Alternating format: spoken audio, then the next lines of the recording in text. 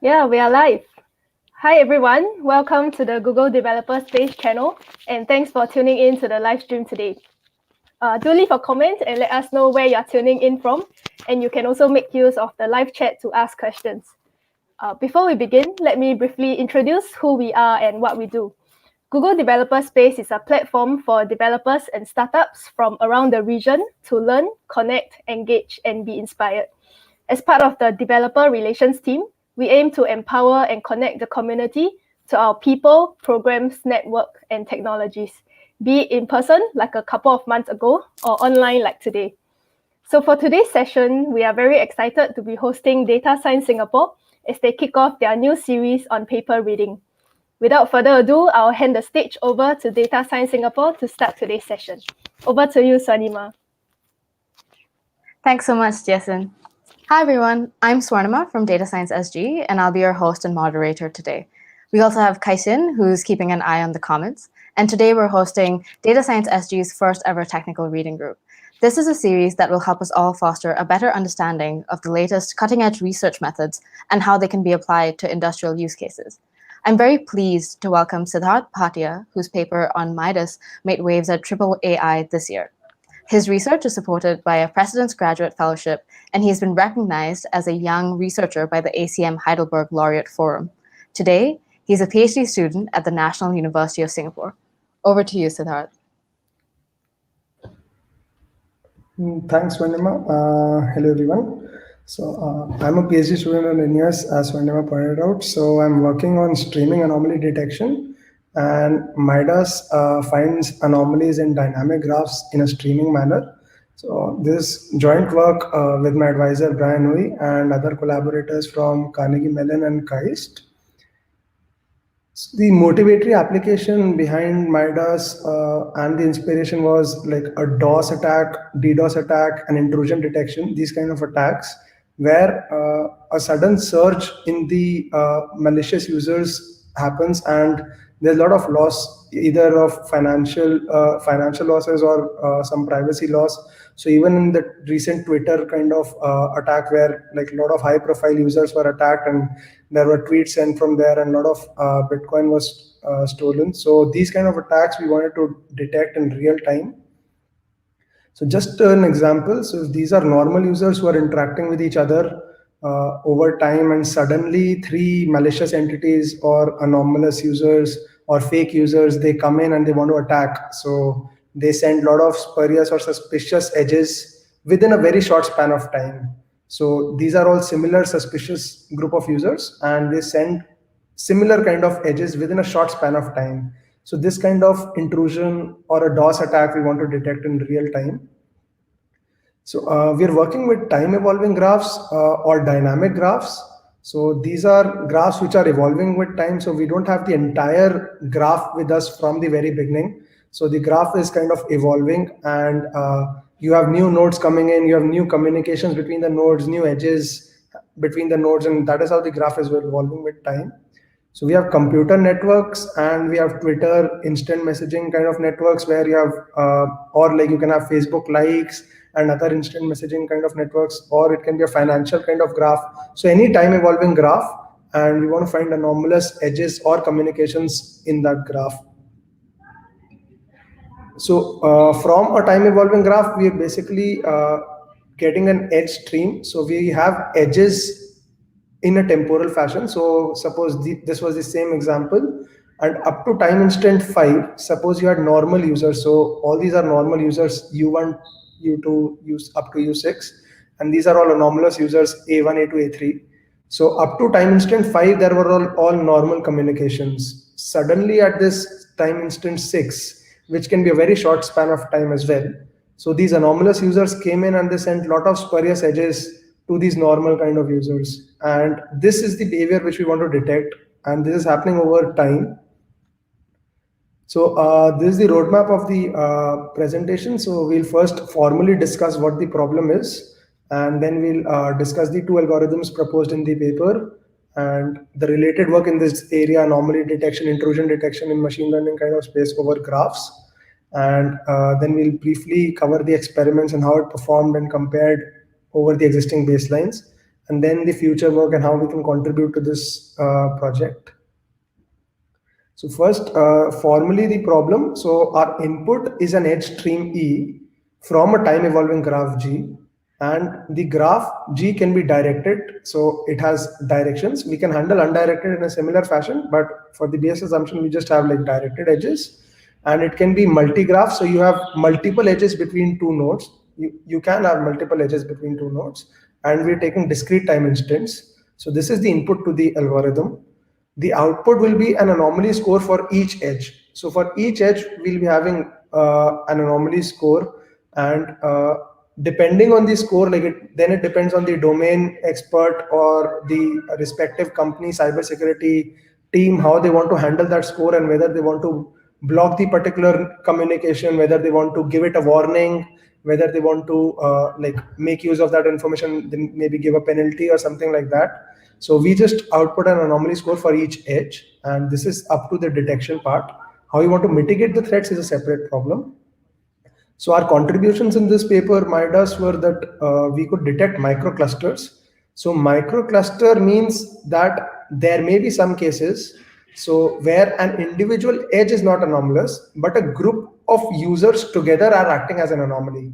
So it may be possible that an individual communication was not anomalous, but a group of users were forming a subgraph within them, or were forming a microcluster, like we named it, within them. And this happened, and that was like they were kind of hiding behind that. And this sudden surge in their number of requests or in their communications, we want to detect, and that is what we are able to detect, like a burst behavior.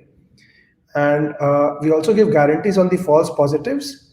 So false positives are critical when you want you cannot afford like more than say an X amount of error. So when you have like, you can only tolerate up to say 0.5% of error. So in that case, we can have a guarantee on the false positives, and based on that, we'll choose suitable parameters for the data structure. We also have a constant memory and constant update time algorithm. So because we are doing it in an online manner or in a streaming manner, so we want to detect anomalies over streams. So we have to have a constant memory and constant update time algorithm, so that our memory doesn't go unbounded. Like we don't know how many nodes and how many edges communications will happen. So we don't want it to go unbounded, and we want the time also to be constant. So we want a constant memory and constant update time algorithm. We'll now discuss the first variant, which was named MIDAS. So just a little bit of background. So this is the on the y-axis we have occurrences of edges between nodes U and V, and on the x-axis we have the time tick. So suppose this was the normal behavior up to time instant 9. So you had like a very few number of edges between U and V. Suddenly at the current time instant you receive say up to 1000 edges. Now this is an anomalous behavior. We all can see it by our eyes, right? So we want to detect this kind of behavior in an online scenario, and we want to detect it as soon as possible, so that the harm is minimized. So in an offline scenario, when you don't have the constraints of an online memory or like a bounded memory, so you can do it with a lot of time series based methods. But in an online scenario, our memory is bounded, and we also don't know which all nodes will be coming in future. So we cannot use existing time series based methods. So one naive solution to this approach, to this problem, will be you assume that your entire past distribution is Gaussian in nature. So once you assume that the distribution is following a Gaussian distribution, and then you just calculate, find the mean and the standard deviation of this distribution, and compute the likelihood at this point at t equal to 10. And based on that likelihood, if you receive more number of edges, if you receive a higher number of edges, you just give it as an anomaly, and you can kind of give a score proportional to the difference between your observed number of edges and your likelihood. So whatever the difference is, we can just declare an anomaly with that score, so proportional to something like that. But the problem with this approach is that this is a very strong assumption to make. So in reality, this assumption doesn't really hold true. So you cannot assume that your entire past is following a Gaussian distribution. So our assumption is that we assume that the mean level of the past is the same as the mean level at the current time instant.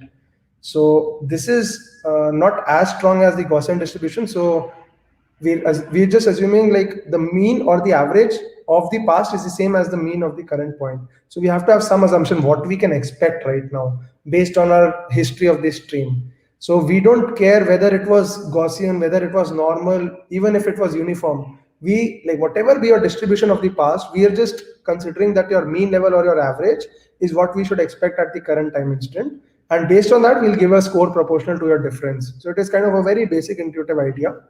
And if you just see the expected and the observed counts, so suppose like there were 1,000 total edges. So if you are 10 seconds, so you can divide it in the ratio 9:1 by 900:100. This is your expected counts. But if you observe 0 in your past and you observe 1,000 at your current time, so this we can all observe that this is kind of an anomalous behavior, and this we want to detect. So to solve this problem, we used a combination of two things. So the first is a streaming data structure.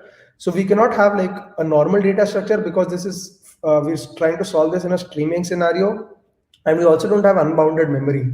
So we cannot save all the nodes, all the edges in like just an unbounded graph. So we cannot afford that kind of memory. So we have a streaming data structure called countmin sketch. And CMS is a really nice data structure. So don't worry if you don't know the details about this, but I highly encourage you to kind of go and read up more about it. CMS has some really nice things. And so we use two kind of CMS data structures in our algorithm. So one is the total edges up to the current time, and the other is the edges at the current time instant t. So this is edges from time 1 to 10, something like that. And AUV will be edges at the time equal to 10. So what CMS will give is an approximate count. So we save all the edges, but what we get is an approximate count from this data structure. So it actually hashes the value, and then it like calculates a minimum across all the hash functions, and based on that, it gives us approximate counts. So also along with the approximate counts, so CMS has its own theoretical guarantees. Based on that, we prove some like in the paper, we give a proof on the false positive theoretical guarantee that I talked about. So just briefly, if you want to just understand what it says, so CMS gives a guarantee something like with 99% probability, we will have only up to 0.5% error. So if you want to tolerate a very less amount of error, you just kind of choose your parameters mu and epsilon based on that. And once you choose mu and epsilon, then you can just have corresponding W and D of the CMS data structure. So this is like explained in the README in the code as well if you want to later on use it. So you just have to set W and D by the corresponding mu and epsilon. So that's a simple formula. And the other thing which we use along with this streaming data structure is a chi-squared test. So this is the formula for the chi-squared test. So it just says observed minus expected whole square upon the expected for both the categories. So we consider for the current time and for the past time. So for the history as well as the current point, we just calculate this, and this is again derived in the paper. So if you just want to intuitively understand this formula, so we give the score is like it is actually proportional to your observed count. A was the current time, like the edges at the current time. So edges at the current time becomes the observed value, and S was the total. So S is the total divided by the total time becomes your expected value or your mean value, whatever you want to call it.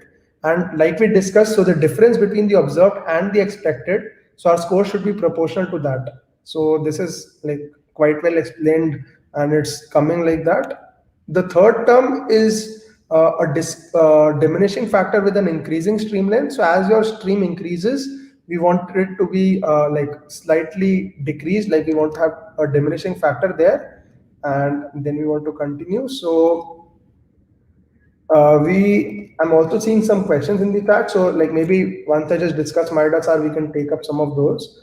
So MIDAS R is incorporating relations. So MIDAS, the original MIDAS algorithm did not incorporate relations.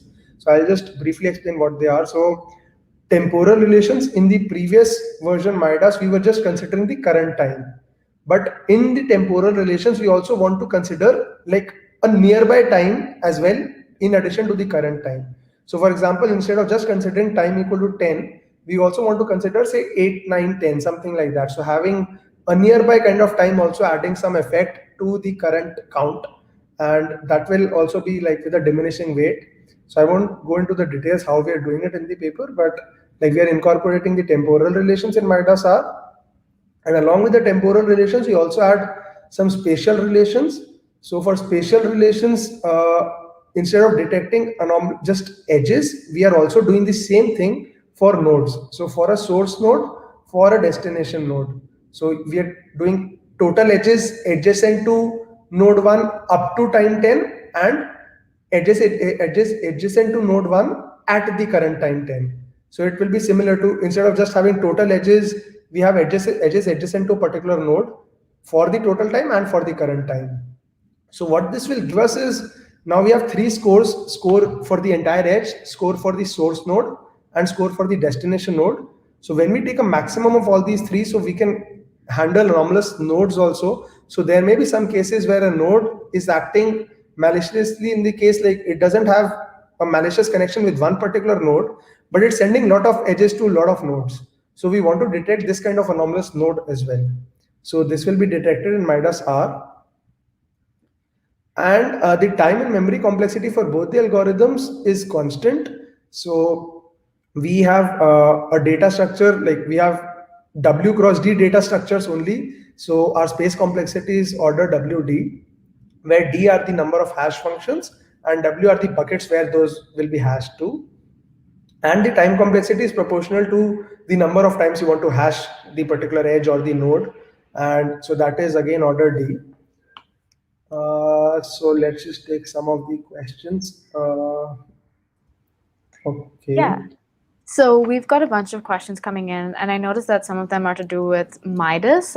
So maybe Siddharth, if you could ask them in the context of both MIDAS and MIDAS R, that would be great.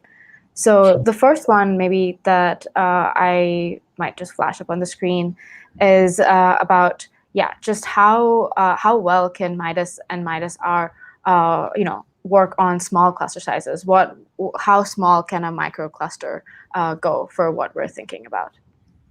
So we don't have a particular value how small it can go, but what MIDAS will give you is an anomaly score proportional to how big your microcluster is. So if your expected value was, say, something like 1 and you received 2 occurrences, so obviously you'll get a very lesser kind of score. But if you had a microcluster of say 100, you'll get a bigger score. So in real life also, that is what you want. With both MIDAS and MIDAS R, you'll get a score proportional to the difference between your observed occurrences and your expected occurrences.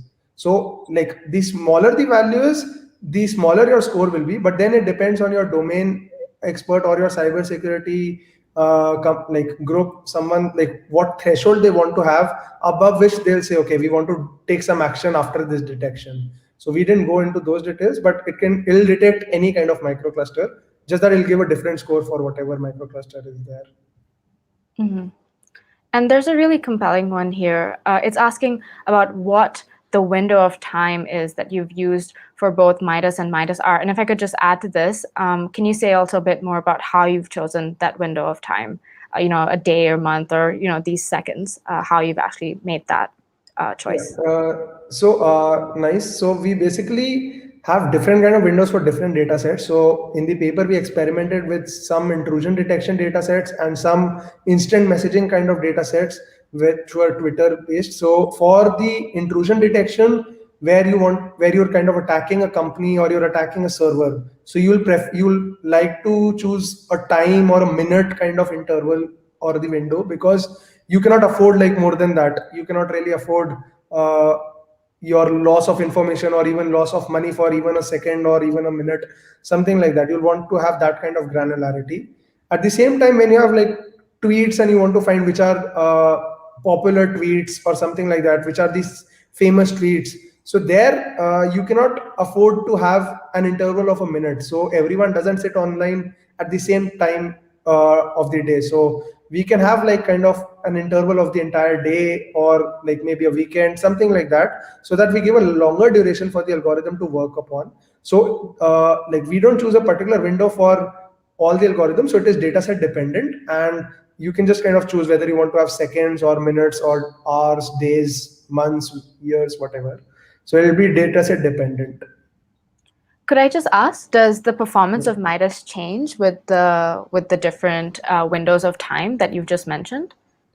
So again, it depends on the data set. So it will differ because we'll have a temporal relation in a different manner. So earlier we would have like similar minutes would have been kind of combined together. Now it'll be similar days. So you'll have like a lot of edges, and it depend how many edges you're receiving in a day, and it'll depend on different other factors. But it won't depend. So the overall algorithm it won't like it won't change with your window or the like whatever window of time you choose, but definitely in practice we'll observe differences based on the data. So if depending on how your data is, so you'll definitely observe some differences, but the algorithm is kind of robust to choosing different kind of windows. Gotcha. And I think speaking of practice, that's a good segue into the next section of what you'll be speaking about. Yeah, definitely. So yeah, maybe we'll just continue with the related work. Yeah, so anomaly detection in graph setting is covered like has been covered for a lot of years now. So we have anomaly detection in static graphs, anomaly detection in dynamic graphs, and all these categories we can detect either anomalous nodes, or we can detect anomalous subgraphs, or we can have anomalous edges. So it depends on what you want to detect. And within dynamic graphs, so we can have two kind of dynamic graphs. So one is you receive a new graph snapshot at each time instant. So that can be either an hour or a day, something like that. And you receive a new graph at every time or every day. And then you want to find anomalous nodes, subgraphs, and edges in that graph. Or we can also have edge streams where you're receiving a new edge. So as and when there is any update to the graph, you receive a new node, you receive a new edge between nodes. So we want to detect anomalies at that granularity. So anomaly detection in edge streams is a slightly finer granularity compared to anomaly detection over graph streams. And so our method lies in this. So within edge streams, we are primarily detecting anomalous edges. We can also say that we detect anomalous nodes with the MIDAS R algorithm, but we wanted to compare with the previous state-of-the-art approaches from anomalous edge detection, and Sedan Spot and RHSS are quite popular approaches. And I think Sedan Spot was published in ICDM, and RHSS, I don't remember the place, but that was also popular venue. So the just a brief comparison between the three approaches. So Sedan Spot, RHSS, MIDAS, all three are streaming algorithms. So all three of them have constant memory and constant update time.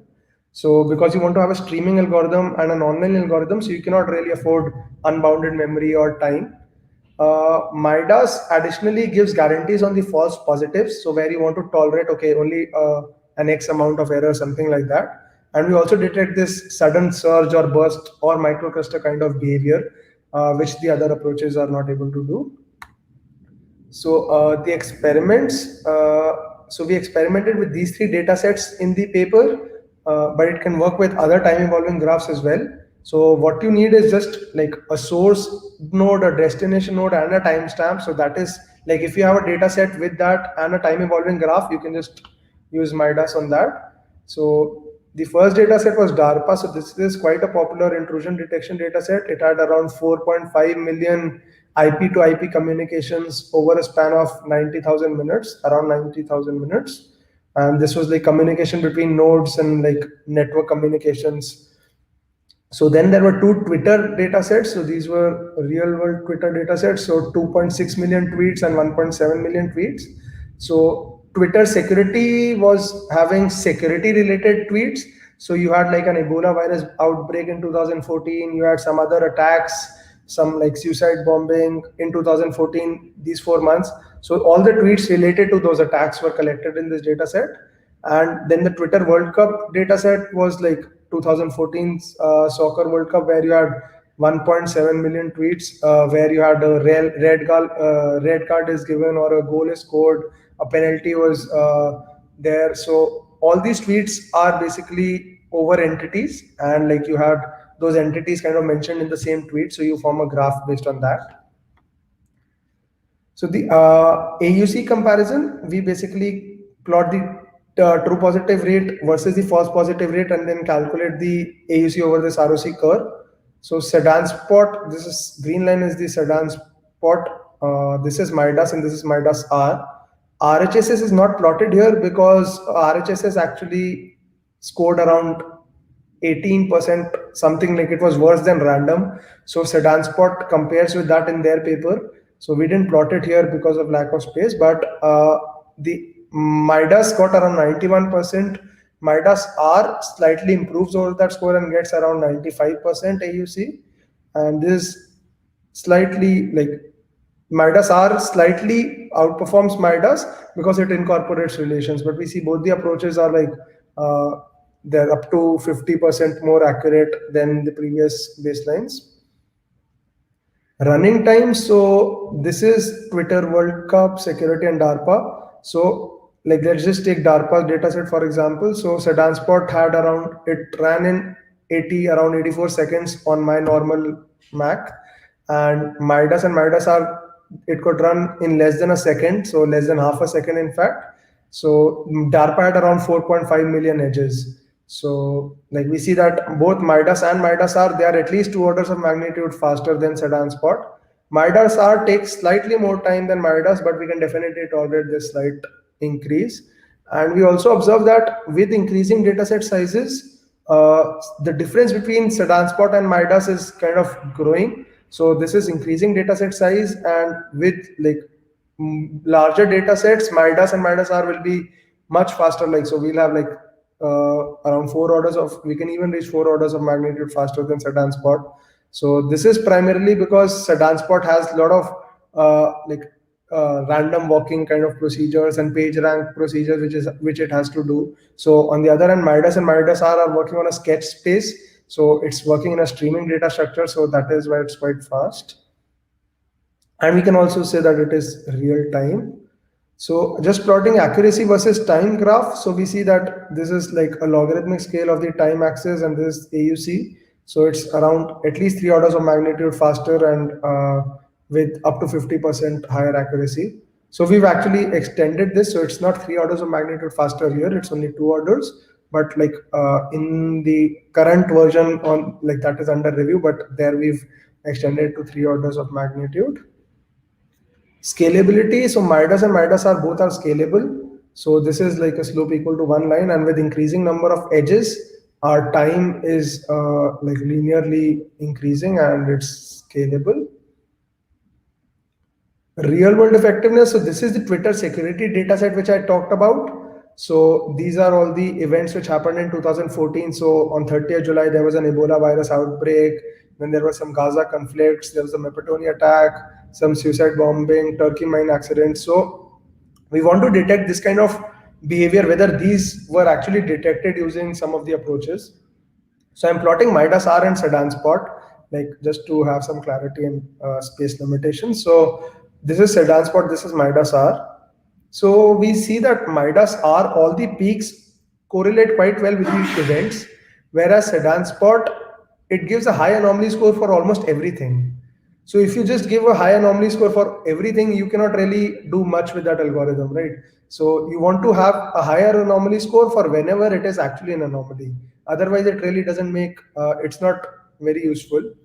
At the same time, we observed that there were 2 events, event 2 and 7, which sedan spot missed. So sedan spot could not detect these 2 events. Then I just kind of wanted to see why sedan spot couldn't detect it. So if we see the details of this event, so this is a microcluster anomaly. So this is a sudden burst where an individual edge was not anomalous, but a group of entities together were acting as an anomaly. So sedan spot could not detect this kind of behavior. So like MIDAS could do that. So future work, how we're extending MIDAS. So MIDAS has been open source from the very beginning, and so like just an intuitive kind of extension to MIDAS would have been, we were considering sources and destinations with MIDAS. So increasing the number of features. So instead of having just a source destination kind of graph and an edge, we have like multi-attributed edges, and we have multiple other features like packet size, flow duration, and other kind of features. So the challenges with MStream were that it had higher number of dimensions. There were both real valued and categorical features. So in this case, you want to consider 1000 and 995 to be similar, compared to 180, something like that. So that is a real valued feature. And then we also wanted to do some correlation between the features. So we use an autoencoder, PCA, information bottleneck for those kind of things. And again, this has to be constant memory and constant time, both with respect to the stream length, like in MIDAS. At the same time, it has to be constant in like with respect to the dimensionality also. So we experimented with say up to 80 dimensions data sets, and again it had to be constant with respect to the number of dimensions. So how like you can contribute to this project? First of all, just try it out in real world settings and just get in touch if you need any help. It'll be really interesting to know different kind of scenarios. So there were a lot of extensions, and once this work kind of went into the community, there were many other things which I couldn't have thought of earlier while we were doing MIDAS. So now it's become really interesting, and some of the other works have come like after discussion with a lot of other people. So I cannot take any credit for all those things. So MIDAS F was one such work where in the original MIDAS, what we were doing is we were, irrespective of whether it is an anomaly or not, we were basically storing it in the data structure. So the problem with that approach is even if there are anomalies, you're storing it in the data structure and you're not really making use of that score itself. So it will be really interesting to filter out some of the anomalies based on a threshold. And if we can choose a threshold and filter out some of the anomalies, then because of these speed ups, it'll be really interesting if someone can try out a parallel distributed or a GPU based version to further speed things up. And like parallel or distributed version will be where you have multiple streams coming in together on different servers, or there's like kind of a coordinated DDoS attack on several Google servers, something like that. Then hardware implementation over FPGA should also be interesting. Like these are some of the ideas. I haven't tried all of them. It should be able like we should be able to apply it in an NLP setting on knowledge graphs, where you have like you can say, okay, this was fake knowledge or this was real knowledge, something like that. And in a periodic setting, so right now MIDAS is not assuming a periodic setting. So we are not taking seasonality into account. For example, if you have a Black Friday or a Singles Day sale, so you'll definitely expect more communications, or like Amazon, Lazada. So all these sites, they'll observe like higher traffic. So you cannot really consider it like say that it is anomalous. You have to have like a different expectation for a season. So like for a New Year, Christmas, Diwali, whatever day you have, so you'll have to have like corresponding seasonal pattern as well. So we haven't incorporated that, but that should be definitely interesting to do.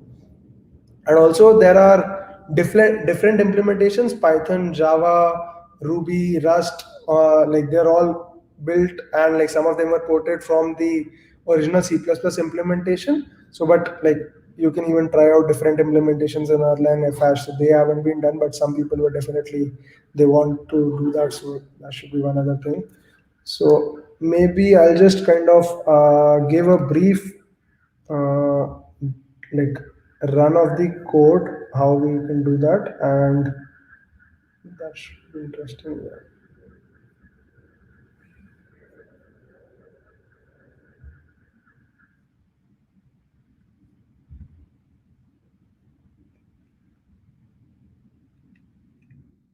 So if we just like this is one of the older implementations. There are other developers who built on top of MIDAS and they've like extended the project, but this was the original C++ implementation which ran the original experiments which I discussed.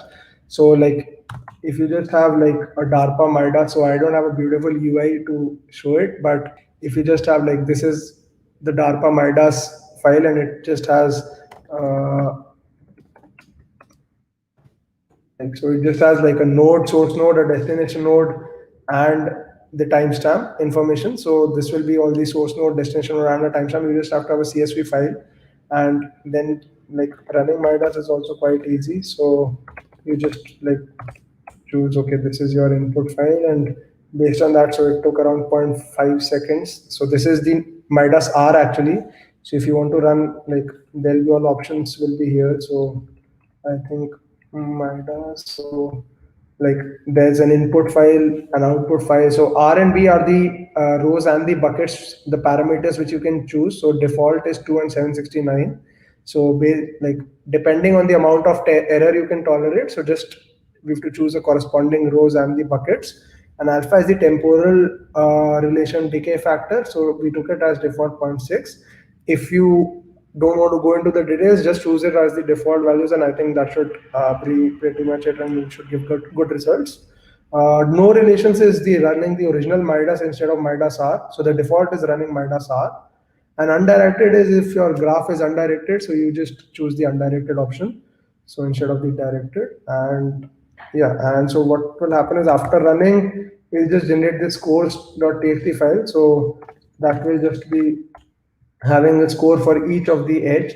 So whatever is your score, so you just kind of get a score for each of the edge or the communication, something like that. And based on a threshold, you can then kind of improve it further. And so the latest version is on GitHub right now. So that has the filtering MIDAS also incorporated. That work isn't published yet, it's under review, but we still put it up on GitHub. So like feel free to try it out. And so let me just conclude with this. So in conclusion, so MIDAS detects microclusters in a streaming fashion. So it is constant time and memory, and it gives theoretical guarantees on the false positive probability. You can choose based on the error you can tolerate, you choose corresponding parameters of the data structure, and it is effective. We show that it is up to 48% accurate and up to 644 times faster. So this was the original version. The newer version is around 3 orders of magnitude faster, around 1,000 times faster than the previous baselines.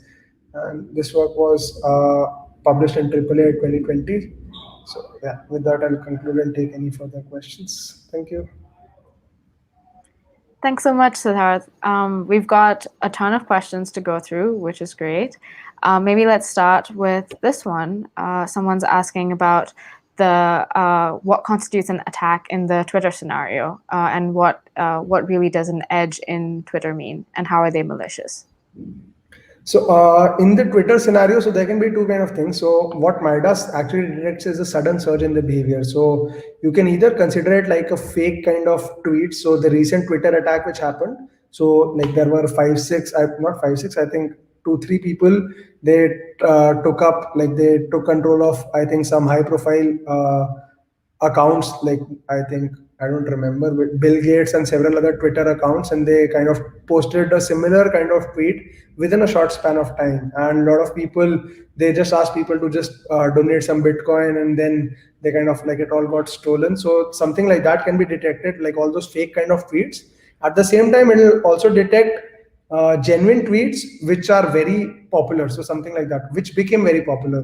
So it'll see an expected behavior. So for example, like if I tweet something and if Donald Trump tweets something else, so we cannot consider a similar behavior. So if one of my tweets goes viral, so something like that will definitely be detected. And then so in Twitter, it's not kind of always of an attack kind of thing, but in the intrusion detection, it'll be an attack. But in Twitter scenario, it can either be fake news or something like that can be detected. Okay, and there was a follow-up question to that.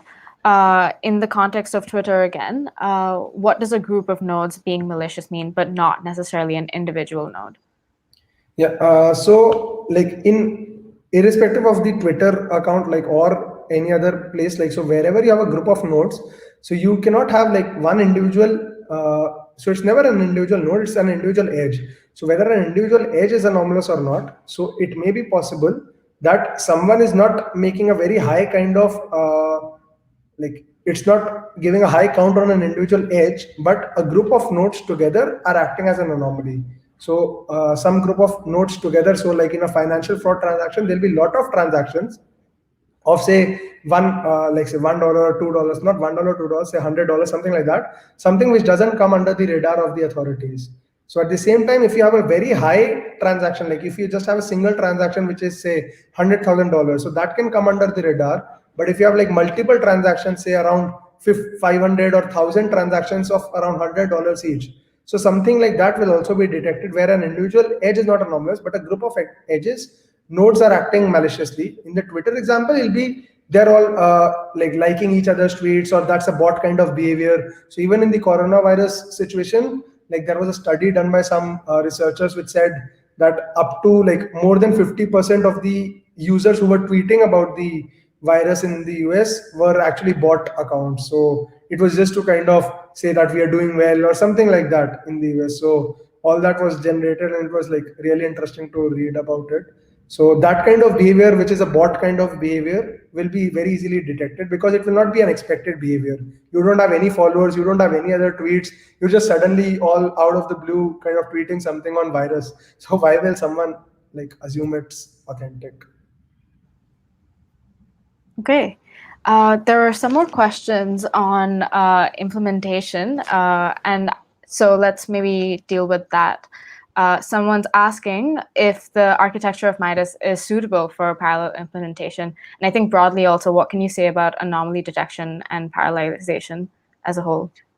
So is it suitable? So like I haven't done much systems work. So definitely that is a very interesting question even for me. So I don't have the answer to that, whether it is suitable or not.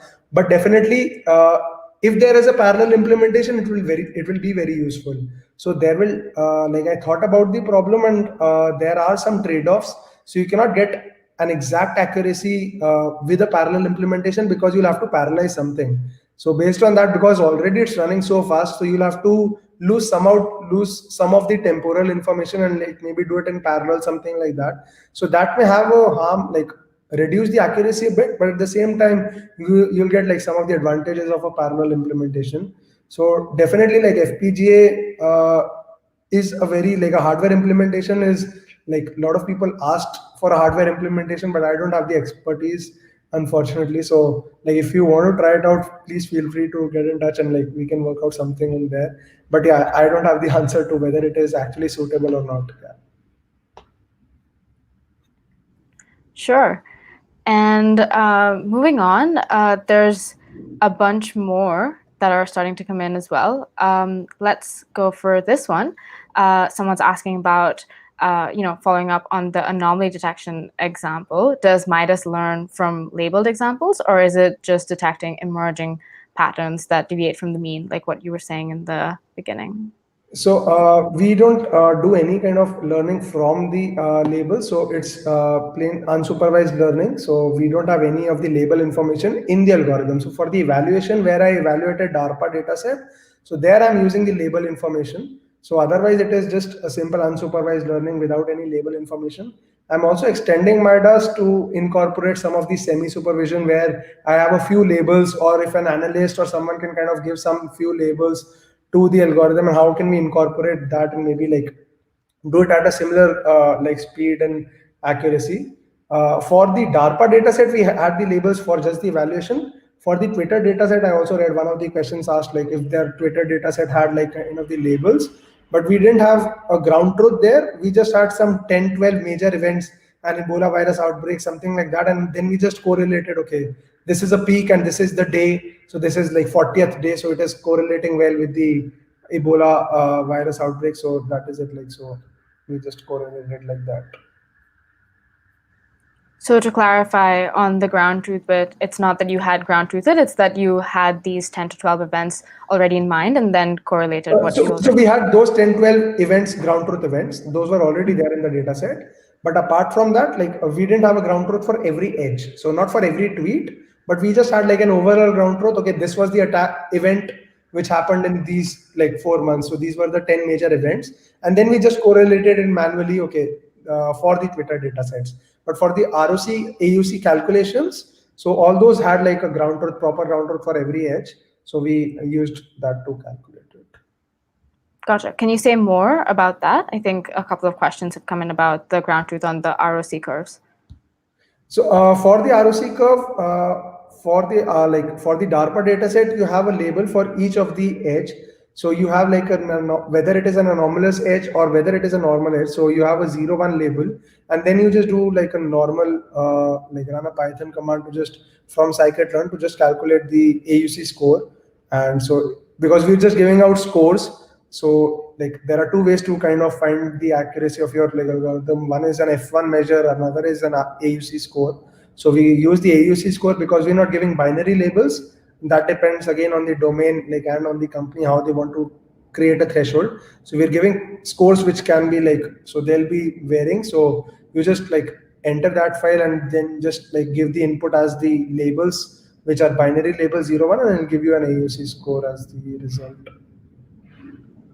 Great.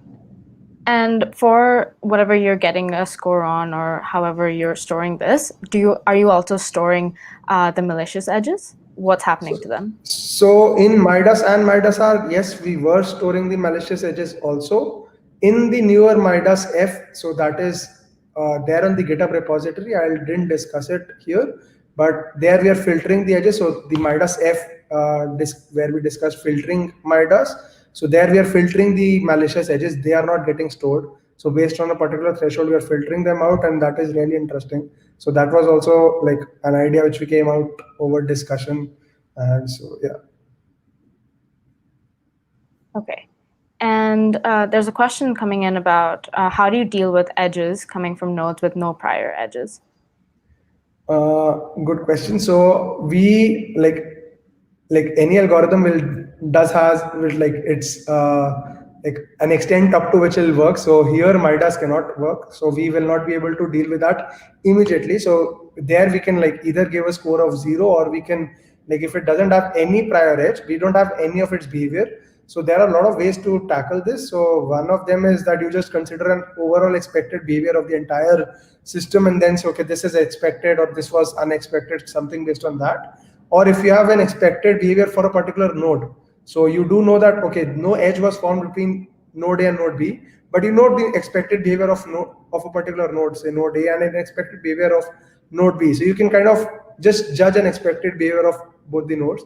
But we didn't do that because we found that it's like the effort is not really worth it, because you hardly get, say, in an initial 10-15 edges which are like which don't have like a prior kind of edge kind of information. So after that it keeps on coming, like you get repeating nodes and repeating edges. So there it's not really much useful, but definitely different things can be tried out there. There's a bit more of an application question as well. Someone is asking about what's the accuracy of MIDAS or MIDAS-R on images or videos that are evaluated. I'm not sure if you tested that out, but if you're aware of anyone else who has.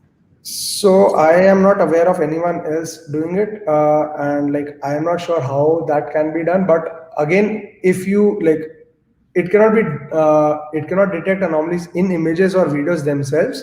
But you have like if you have sharing images or sharing videos, if you want to detect anomalies there, okay, because most of the genuine kind of videos or images will have kind of an expected behavior. A bot kind of image or some fake kind of like a deep fake or something, like there are a lot of recent deep fake images which will just kind of suddenly come up, and within a short span of time they'll kind of become very famous, and no one really knew, okay, everyone will think like that's actually genuine news. So some things like that can be detected, but I haven't like heard of anyone doing it, so I haven't done it myself either. It sounds like a great way for someone to actually contribute to MIDAS-R. Yeah, definitely, yeah.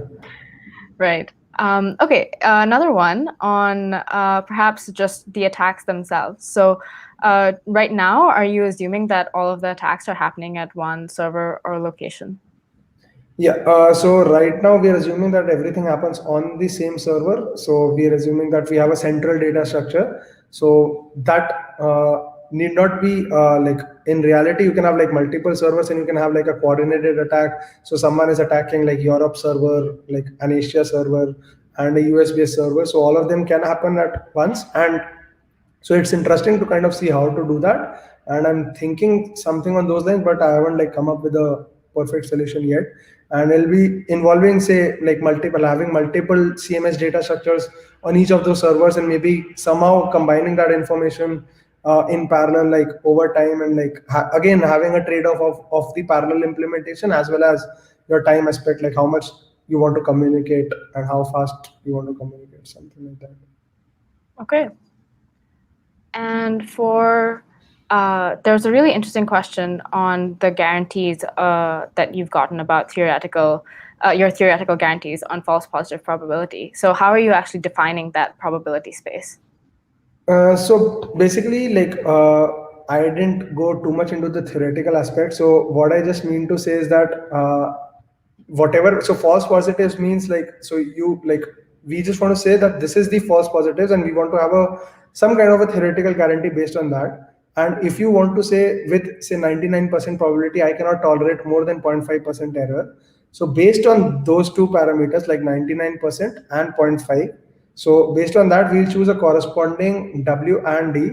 So we are just saying that we'll give you a guarantee, like because the CMS data structure itself gives a theoretical guarantee that you will not have like more than 0.5% error. Like, so your approximate counts will never be beyond your true counts. And based on that, your score like will never be like it will never be a false score. So you'll always get whatever true score is there. So that is how we just like mentioning the guarantees on the false positives. But definitely, if you like, if someone is a theoretical person, if they want to see okay how you're actually saying a false positive when you're not giving a binary label, so that we are not doing. So sorry if it kind of like is not like it wasn't intended. Gotcha. Okay. And kind of continuing on sort of the results that you've actually gotten, there's a question on, we've actually asked that question. There's a question on the prediction accuracy as being affected by the microcluster size. So does that happen? And if so, what is the optimum cluster size? So prediction accuracy, like in practice, I didn't kind of see it getting affected with different like kind of microclusters. And like again, it depends, it's data set dependent. Like for different data sets, it'll have like different optimum sizes and like it'll have different behavior. So you cannot have like a one kind of answer for every kind of data set. And the accuracy is kind of independent of the cluster size, even theoretically and in practice. So I didn't kind of see any kind of effect, like it wasn't affected. Okay. And you also compared MIDAS R to a bunch of other algorithms. Are there any scenarios in which RHSS or Siddharth are valuable? I mean, MIDAS R has outperformed them, but are there any situations in which they do things that are challenging for MIDAS R? So MIDAS and MIDAS are designed for applications where you have like a sudden surge in the data. So for example, an intrusion detection, these kind of scenarios. So there may be some scenarios where there's a lot of other graph information stored within the graph. So we're not really making use of graph topology right now. So Sedanspot does that. So Sedanspot is really good in the sense where you have a PageRank kind of algorithm, or you have like different kind of like other relationships between the nodes and like multiple hops between the nodes, and how you want to find a like random walk or a page rank kind of algorithm. So in those scenarios where you have a lot of information stored within the graph and within the walk of the graph, so that kind of information MIDAS is not able to like it doesn't really make use of that information right now, because then you won't have a streaming like a fast algorithm. So it will still be streaming, but it won't be fast. So we didn't have like those kind of applications in mind. So like in DOS, in DDoS intrusion detection, so you don't have like need a random kind of walk over the graph.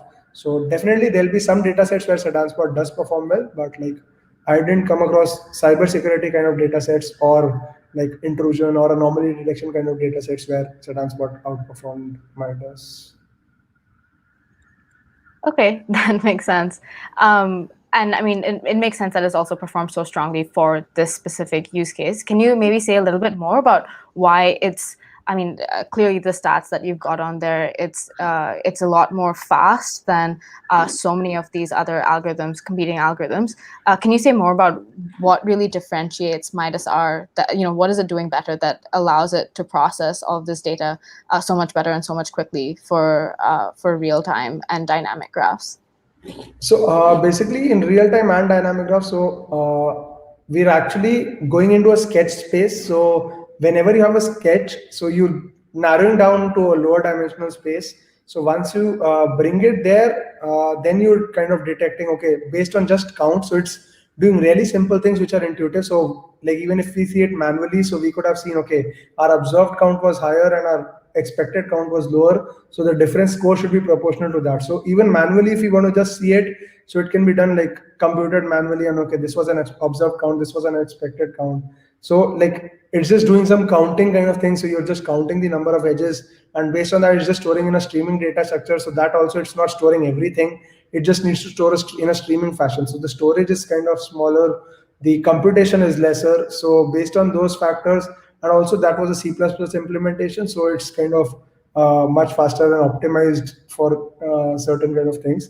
But definitely because like it's using a CMS data structure, which itself is a streaming data structure, and the chi-square test. So the novelty was combining these two, and based on that, there was the speed up. Yeah. And I recall kind of right in the beginning when you were just talking about MIDAS, you also mentioned that that MIDAS, the original MIDAS, was just using a raw mean. It wasn't really caring about the distribution of whatever points came before it. Can you say a bit more about what the implication of that was? What's the implication of not actually considering the distribution of the immediately preceding data? So basically, in MIDAS, it'll happen like something like it may be possible, like the scenario where you discussed whether we should consider a day as a window or whether we should consider a minute. So in some scenarios, it may be possible that something happened over an overlap of a minute or like over the overlap of an hour. So MIDAS will miss those kind of scenarios, whereas MIDAS R will not. It'll consider like somewhat of a window where you have like an overlap and you have like some preceding times as well. So you won't miss that kind of information. But MIDAS, even though it's not intended, but if it's just cut out at that particular point, beyond which there was before which there was an attack, something like that. So half of the attack was before that instant and half of it was after that instant. So it'll divide that and it won't detect it as effectively as MIDAS are. So definitely having a temporal kind of effect does make a difference. Yeah. Okay, and I think we're about drawing to a close, just time-wise, and we've just gotten another question, so maybe this will be the last one. So this person is asking for a clarification. Is he right that the prediction scores of MIDAS for a fixed edge will change as it learns from new streaming data? So like for the same edge, also as it keeps on learning, it'll definitely be different. Like it won't be the same because it's kind of learning its own expected behavior. So prediction at t as 1 and t at 10 will definitely be different based on the expected behavior. And even with the increase of the stream length, so it may be possible that something is anomalous at the very beginning of the stream when you didn't have much information. But at the very, say, like middle part of the stream or after you've observed, say, 1 million records, so you do have a generic idea of how it's performing. So you do know what is anomalous, what is not anomalous. So based on that, it'll be like the scores will be different. Yeah. Great. And that, I think, about wraps up what we've got for today's session. Thanks so much, Siddharth, for your time. To everyone who's attended, thank you for attending the first ever technical reading group. We'll send out a little survey to just kind of get your thoughts on how it's been. And Siddharth, do you have any final thoughts you'd like to share with everyone who's attended today? I just want to thank all of you for attending this, and just check out the GitHub repository, and please feel free if you are to get in touch if you have any questions, or if you want to contribute to the project, or if you want to fine tune it for your specific application or your project in mind, and I'll be very happy to help. Yeah, all the best. Yeah, thanks everyone.